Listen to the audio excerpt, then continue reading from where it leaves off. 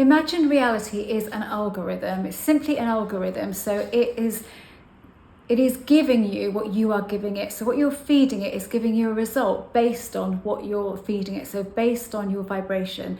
So how do you just decide what you want? Manifestation is a decision. It is a choice that you make. That's all that you're doing. You know that other possibilities exist, but you aren't choosing them. You are making a decision. This is what I want.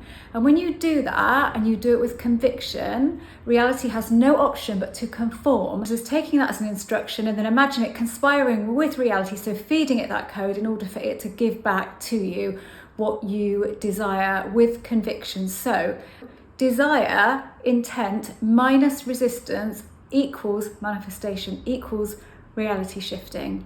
You can do it, we'll look at how to do it when you do have resistance, but without resistance is perfect. There is no process you need to go through. You don't need to affirm, visualize, anything like that. There is no process with manifestation. The rational mind decides that there must be a process.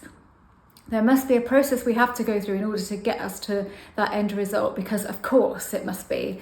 But it's not true. There is no process. If you manifest through affirmations, it's not actually the affirmation that is manifesting. It is the initial intent that manifests. It's just that you then add affirmations into the mix and then you manifest and you say, I manifested through affirmations. You just boosted that signal with those affirmations because it felt good to you, but you didn't need to do it. Equally, you could have just done it with that initial intent and that strong feeling of that is what I want.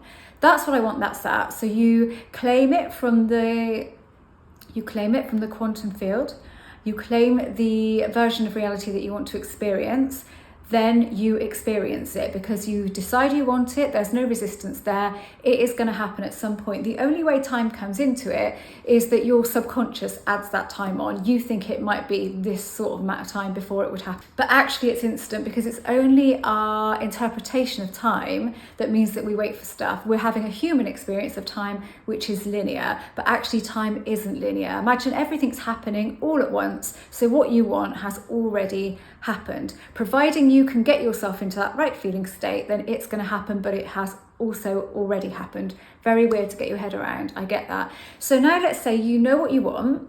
You felt that the conviction of, that is what I want, but you can feel some resistance there. So what am I calling resistance? Any kind of pushback, any kind of feeling that doesn't feel pure, that feels like it's interfering with this desire. Okay, so then you have to look at a different way of wording it. You don't have to downgrade it, don't have to downgrade your desire in any way, but you do have to look at how you're looking at it, how you're wording it. How can you word it differently? Say it's a person. I want this person to contact me and it's just not happening. You can feel the resistance there. You might change it to, I want to be in alignment with this person contacting me. I want me and this person, this specific person, to be in alignment. So that is actually much less resistance building than saying that you want this contact, because you'll get that anyway once you're in alignment. But it doesn't have to be that. It can be absolutely anything. It might take you a week or so to find the right wording. For me, sometimes it can take me that. It can take me a bit longer. When I really can't find anything, I'm like, right, okay, subconscious, I don't know what to do here. Please help me. Give me something that I can work with. And then at some point, I'm going to get that inspiration and I'm going to say different words and I'm going to think, yeah, that's it. No resistance there. Awesome. So you're still not working with resistance. You're finding a way through the resistance. What can you do? There's always a solution. If you always say that to yourself, there is always a solution. There is. In life, there's always a solution. It's always there. If Jeremy's stuck with something at work, not that I have the foggiest about coding and I can't help at all, and he's like saying, oh, this just doesn't work, I'm like, there's always a solution. There's always a solution. And then he'll just come up with something will happen, or he'll suddenly get an idea and go, yeah, I've sorted it. Yes, because there is always a solution. Life, reality is just one big algorithm, just working to your will. If you have a fleeting thought about something and it manifests, you might say, well, I didn't have any will there. Well, you kind of did, but you weren't intending to manifest from it. So just imagine will, or just intent or thought or feeling minus resistance equals manifestation. And that's why it happened. So you don't have to have a huge feeling. You don't have to have huge momentum. You don't have to have emotion. You don't have to have emotion to manifest at all. I rarely do, to be honest. The biggest things I've manifested, I've had zero emotion with. So that is not a prerequisite either. It's not something that you need.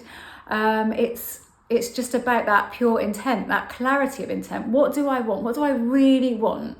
And it's okay for me to want this. Be okay with wanting it. It's okay for me to want this. Is there resistance there? Okay, how am I going to work around that? And see it as a challenge. Don't see it as a chore and hard work. No, it's a challenge, because this is another way of doing things.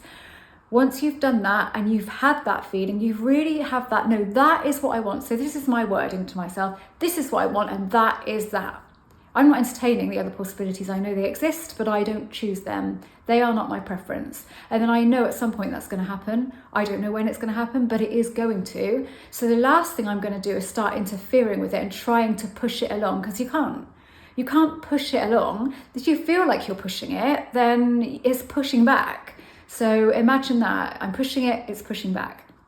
You have to let it happen. It's all about allowing, letting it happen. Reality cannot move for you if you keep getting in your own way. You have to step out of the way, let it do its stuff. Let it do what it does. Because at the moment, the algorithm is still working, but it's working according to what you're dominant on. And if you're dominant on all of that other stuff of why it's not here, then it's just adding more time on. Even if you've done it, and you've felt the desire for it, no, that's my preference. You've really felt it, yeah, it's happening, and that's that.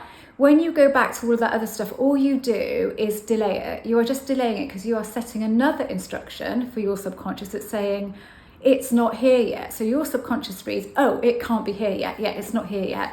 Okay, reality, it's not here yet. It's feeding it that code. So then you're getting, it's not here yet back.